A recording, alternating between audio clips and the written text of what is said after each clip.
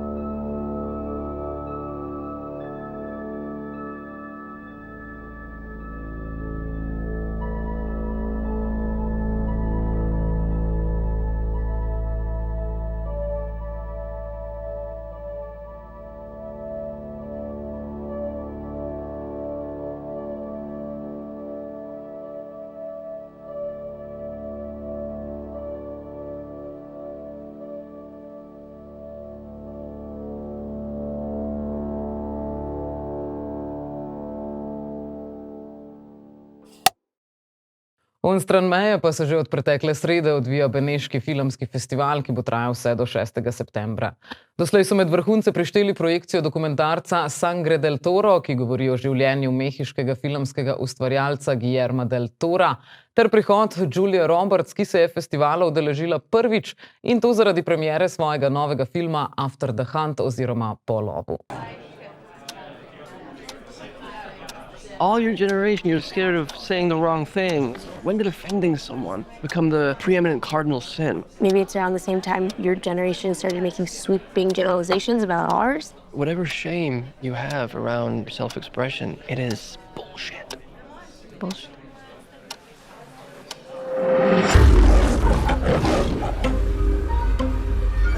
You tend to choose people because they worship you, not because of any actual merit on their part. Maggie is brilliant. Is she? Does she just think you're brilliant? Hank's continued obsession.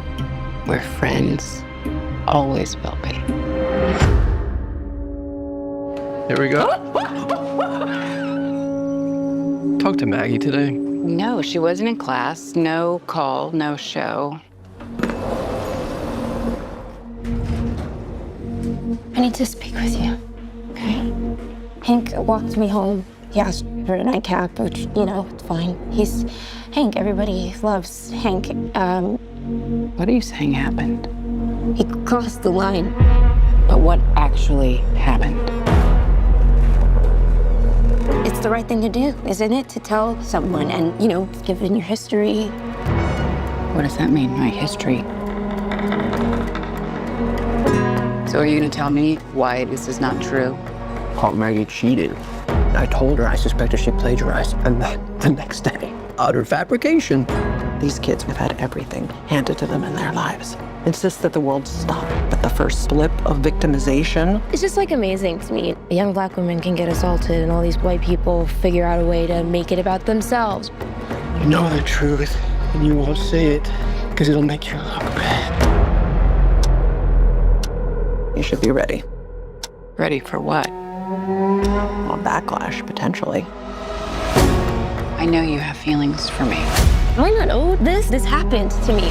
I am a desperate man. I'm absolutely desperate. We're too married to lie to each other so blatantly. I believe her, but whatever happened to stuffing everything down like the rest of us?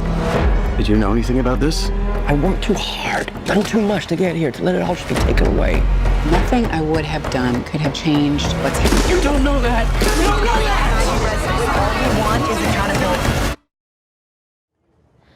I don't feel comfortable having this conversation with you anymore. Not everything is supposed to make you comfortable.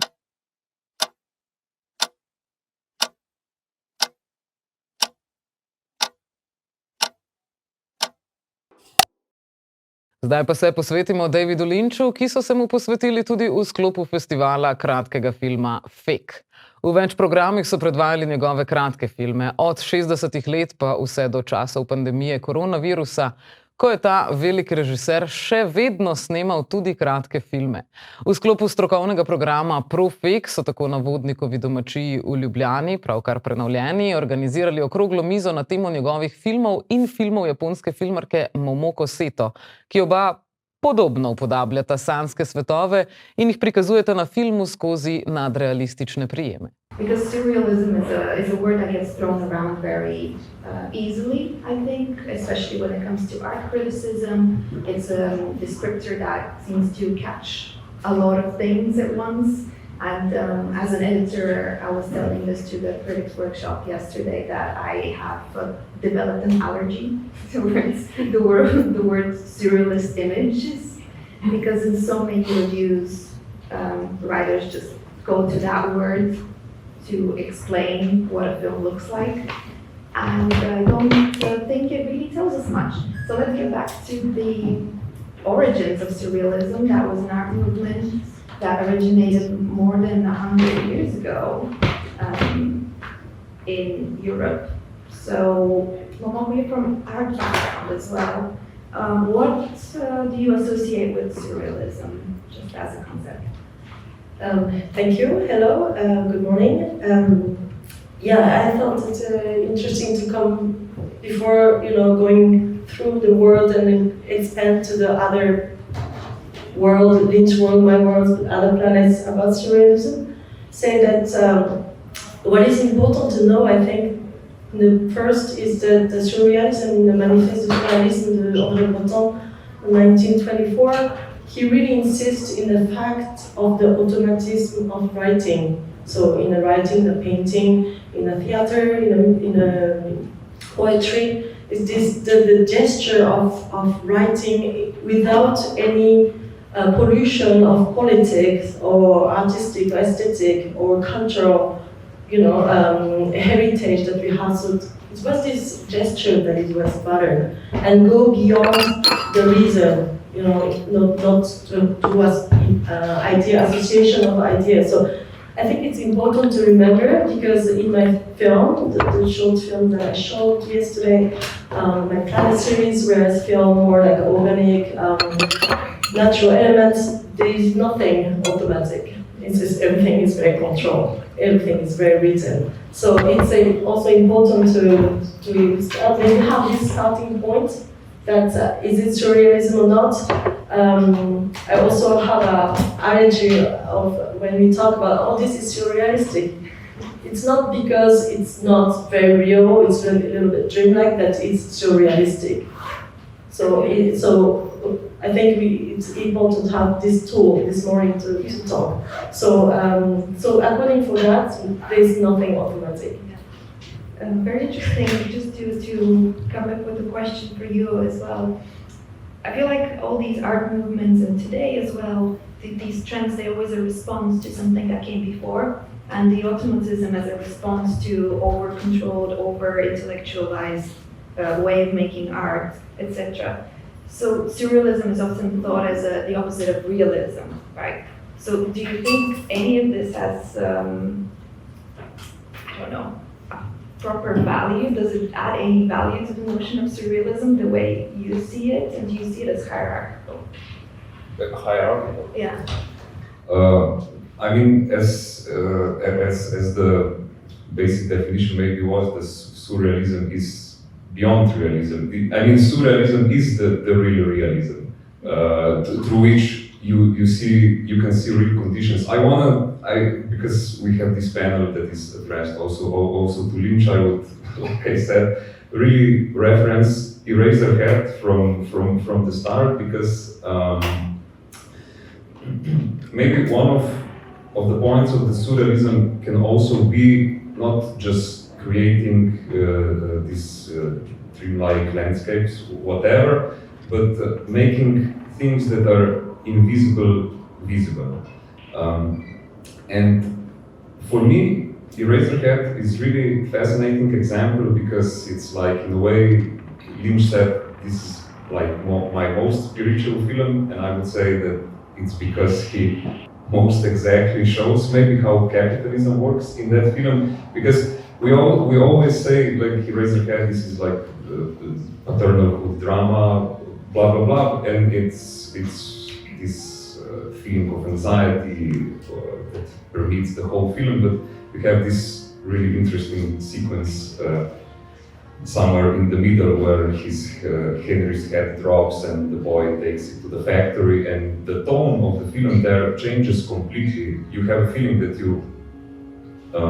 you're somewhere very deep in the fantasy, but on the other way, it's the moment when Henry, the main character, realizes his role in the production process, like how his life substance is being literally extracted into the machine. So the machine produces the erasers for the pencil. And I mean this scene is so important. Also tells you that the title of the movie is Eraserhead. So this is like maybe funny contradiction for me, that it's like you go in fantasy so intensely and so far away that you encounter these really real production processes that are kind of hidden, because like this Marxist division of labor to the wage labor, where you have the hours, the working time that employers buy for you, and then the other is the experiential labor, that it's like your I don't know, your intuitions, emotions, your drives and stuff that get inscribed into the objects of labor, or extracted in that. So in this sense, it's like only through surreal images you can see some real conditions that you live inside. And I think just to conclude this, the cool moment of this Eraserhead scene for me is that, like, Henry sees himself like the object in this bigger mode of production, like what kind of object he is in this bigger production machine. Toliko o začetkih in o kontekstu. Kakšna pa je vloga človeka v filmih Davida Lyncha in v nadrealističnih filmih nasploh? David Lynch films, humans are at the heart and center, even if the films transcend the humanness and try to. But Momoko, in your films, humans play a different kind of role. The Anthropocene is very present, and by way of that, humans are present, but as causing factors, not as subjects necessarily. Can you speak a little bit more to that and how that opens up the world of, let's say, the Planet trilogy? Yes, in my work, what I'm interested in is beyond human. So it's something decentralized of I, me, our human, and go what's happening around us. But it's also crucial to know us, somehow, because it's a kind of connection. So, on my film, it's more interested in like less human there is, better is the film, kind of. But we also, of course, talking about somehow, because it's humans making and humans watching. So of course we juxtapose our image on it, but it's how can we decentralize of us and understand the world. And so coming back to Lynch, he has like more this entering in himself, in his mind, in his psycho, in the maze of the psycho maze that we all have, to go to another another world, right? So the gesture of the vector is a bit different because of course we don't have the same heritage and we don't have the same desire to tell the story, but maybe coming back to the invisible and visible world, that I think it's kind of really connecting point of Lynch's films and maybe what I'm looking also for in my film. In the interview that he gave Lynch in Image Originelle, little portrait made by Canal+, he said, I quote, "There is another world exists behind the visible world, and what is he's interested in." And I figure out in his film, so you quoted Eraserhead, but in other films, there's some figure that's coming back in Lynch film. For instance, cotton. He loves cotton. You open a cotton and you go in another world. Or boxes. He has boxes, so you don't know what is inside and you open it, and suddenly some strange things going to happen. Or a phone call. Sometimes he has a phone call, and the sound in the film. We're going to talk about the sound in Lynch film, but also brings us to another world. So it's this non-visible world, but it's still here. And for Lynch, for me, it's inside his head. So when you open the box, we go in this crazy imaginary world that we're going to go inside as we become very small, as Alice in Wonderland, and going this box inside. So I see this kind of gesture, and which reminds me, of course, all the philosopher like Deleuze talk about fold, the infinite fold that you have. So you unfold the reality and you go in another world. Or I like also, we go back to the 18th century Leibniz, a German philosopher, who talk about the juxtaposition of images that made our world. You know, all the little simple substance is a living mirror of universe. Sodelujoči so ugotavljali tudi, da je pri filmih Davida Lyncha izjemno pomembno oblikovanje zvoka, saj z njim ustvarja nove svetove in zato po svoje deluje alkimistično. Poleg tega so ugotovili, da Momoko Seto in David Lynch precej podobno razumeta ukvarjanje s časom. The realization of time and how through the use of time-lapse, of course, like in front of me is this glass and I see it as an inert, immovable object, but if you put like through your time-lapse technique or maybe some grass, you can see like how it changes, how it moves, how it lives. And through that you come to the unseen stuff. Because I remember, I think it's like the beginning of second season of Twin Peaks when Dale Cooper is shot, and then it's really interesting how he uses sound in the beginning, because he's in that hotel room of his and you can hear the clock ticking, and then in the other moment the clock in the background, just the sound, starts to tick slower, and it's in that moment when time kind of stretches that these otherworldly beings or beings from outer space can be actually seen. And it's also interesting that I don't know, maybe it's in the 8th episode of second season. It's when Bob kills Maddie Ferguson, the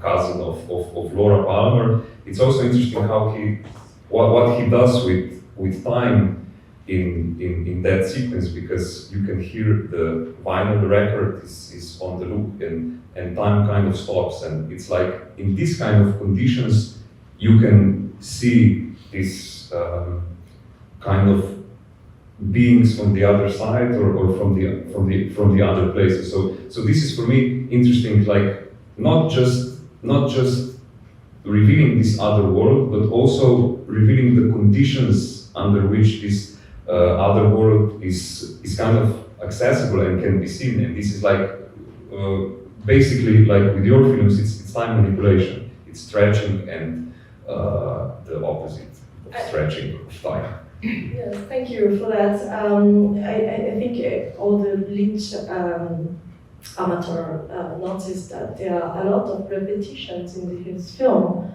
like the loop coming back, and I saw the short films that we're going maybe to see this afternoon of Lynch, and of course this loop, this repetition of a world, of the situation is coming all the time, and it's kind of, for me, again, it's the tool for him, a technique, a tool, a writing tool, to go inside this other world. It's like a key to open the door, to loop it, to repeat it, and then you go in.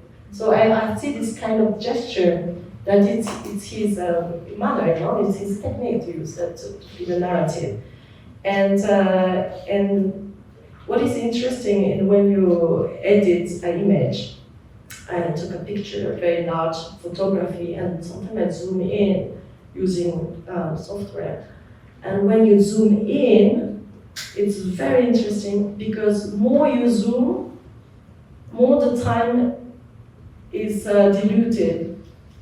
But it's a simple zoom. You put 100 in the first frame and you put 1 in the last frame. So it's a very mechanical, mathematical zoom. And I know that when people who did that can notice that more you approach to the one, more it's going to be slow. It's very strange.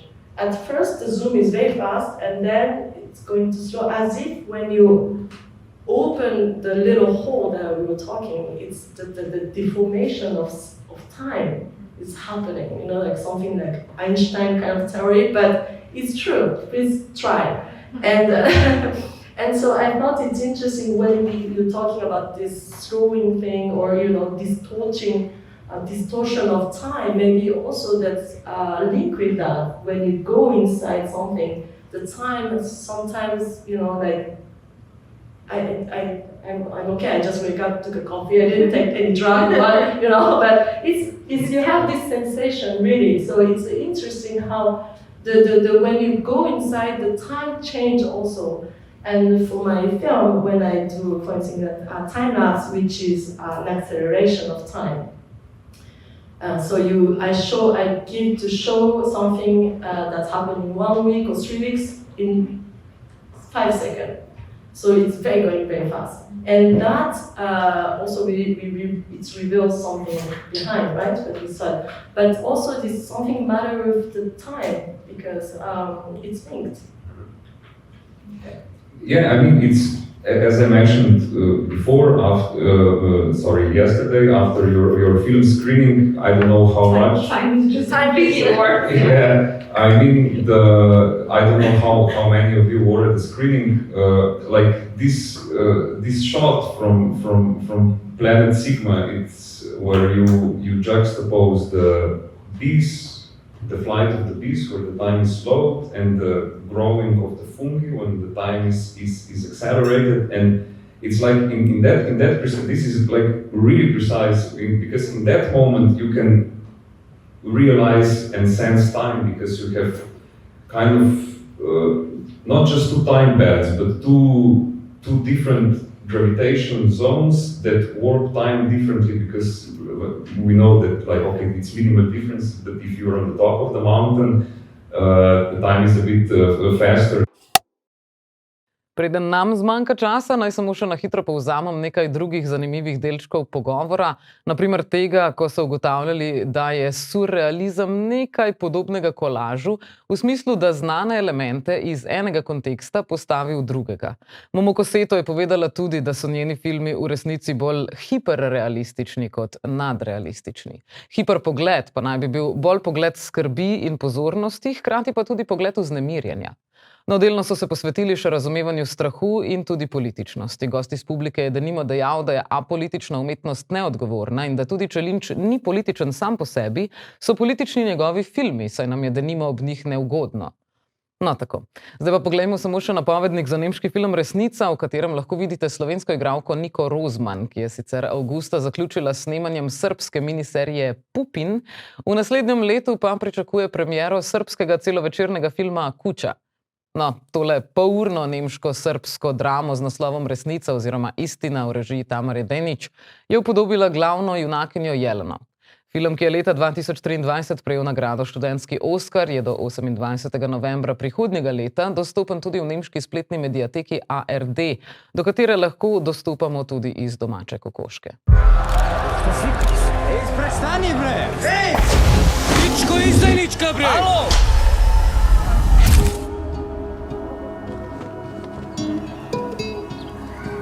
Babino, nam će rasta. Those demonstrations have changed in such a short time. They're the enemies now. You really shouldn't go there alone. Somebody has to do it. Bližava nam se gospodin iz skakava. Ich vermisse dich.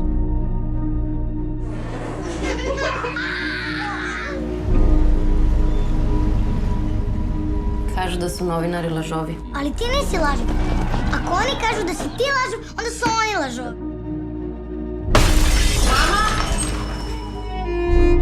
Jelena, ko je to bio? Ljudi koji ne vole moje fotografije. Plašim se. Ti zaboravljaš da imaš dete. Da, imam dete. I ono treba da odrasta u svetu u kom se novinama može verovati.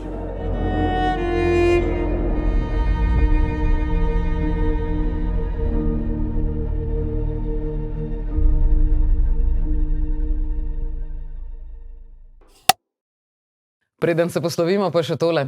Slovenska kinoteka bo imela od 1. decembra letos novega direktorja. Očitno se je Stojan Pelko izkazal kot programski direktor Evropske prestolnice kulture in ga bodo zdaj nagradili s 5-letnim mandatom.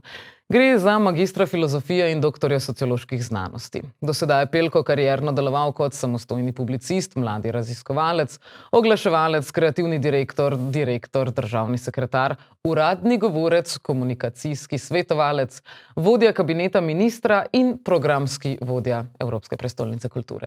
Je nekdanji glavni urednik revije za film in televizijo Ekran ter predavatelj sociologije kina na Filozofski fakulteti v Ljubljani.